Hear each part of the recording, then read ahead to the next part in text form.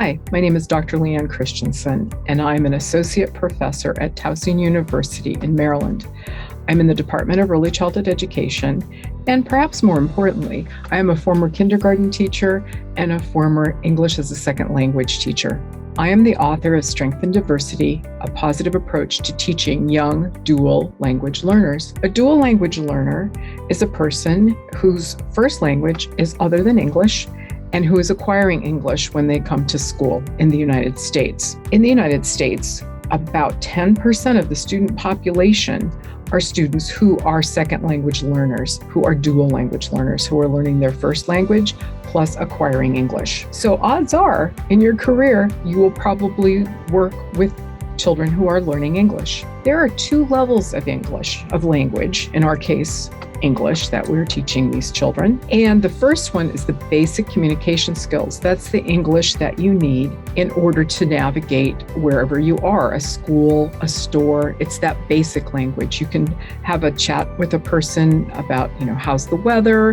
When you go into a store, you can ask where the flower is. If you're a child in a school, you can ask your teacher, where is the bathroom? It's simple, basic communication skills. The second level of language is the academic language. Jim Cummins coins that term as CALP, Cognitive Academic Language Proficiency. And that's the language that we need to meet with success in school. And that's the goal we have for all of our children, for them to have that academic language. That can take a person up to 3 to 5 years, depending on a lot of variables, to acquire academic English. So we are going to have to think about ways that we can help support children as they are on that journey. That's not a quick one, as they are learning English.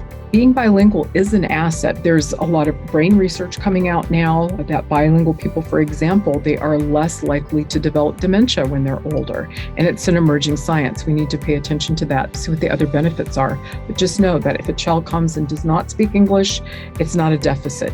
It's an asset because they already speak one language and you're going to be adding a second language to that.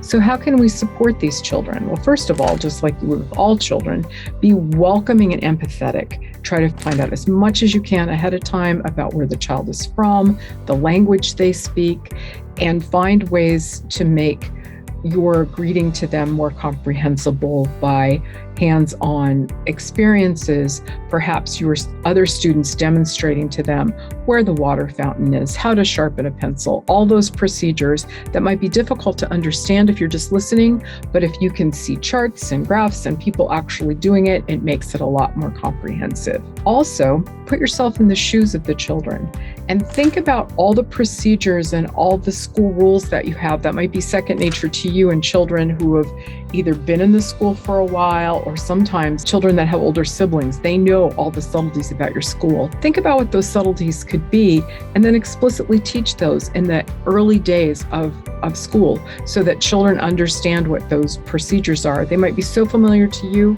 but they take deconstruction and explicit teaching with people who aren't familiar with that. Take the time to learn a couple phrases in the children's languages. I'm saying languages because most often you're not going to have just one language group in your class. Every language on earth is spoken in the United States, and we have people from almost every country across the world. So find out what the languages are and then learn a couple phrases in that language. That will just make the children feel more comfortable. They also are going to see you role modeling what it's like to learn how to pronounce a language that you're not familiar with and risk take, because that's part of what they're going to have to do is feel comfortable to take risks in your classroom to pronounce sometimes things incorrectly, and you support them to correct things. And you'll be role modeling risk taking for them. Finally, with families, you're going to need to find ways to communicate. We are so lucky now with our apps we have on our phones, on our computers. We have many ways to translate written communication. Some aren't the best, but it's better than nothing. If you don't have access at your school to somebody who can translate, you can use computer programs and then just say, please forgive me if there's any mistakes. I did this with this app.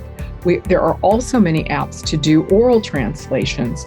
If you can avoid it, please don't have the children do the translating. That sets up a kind of a negative power dynamic in families if children are the ones translating. And that does happen sometimes as they acquire more English and perhaps the parents haven't.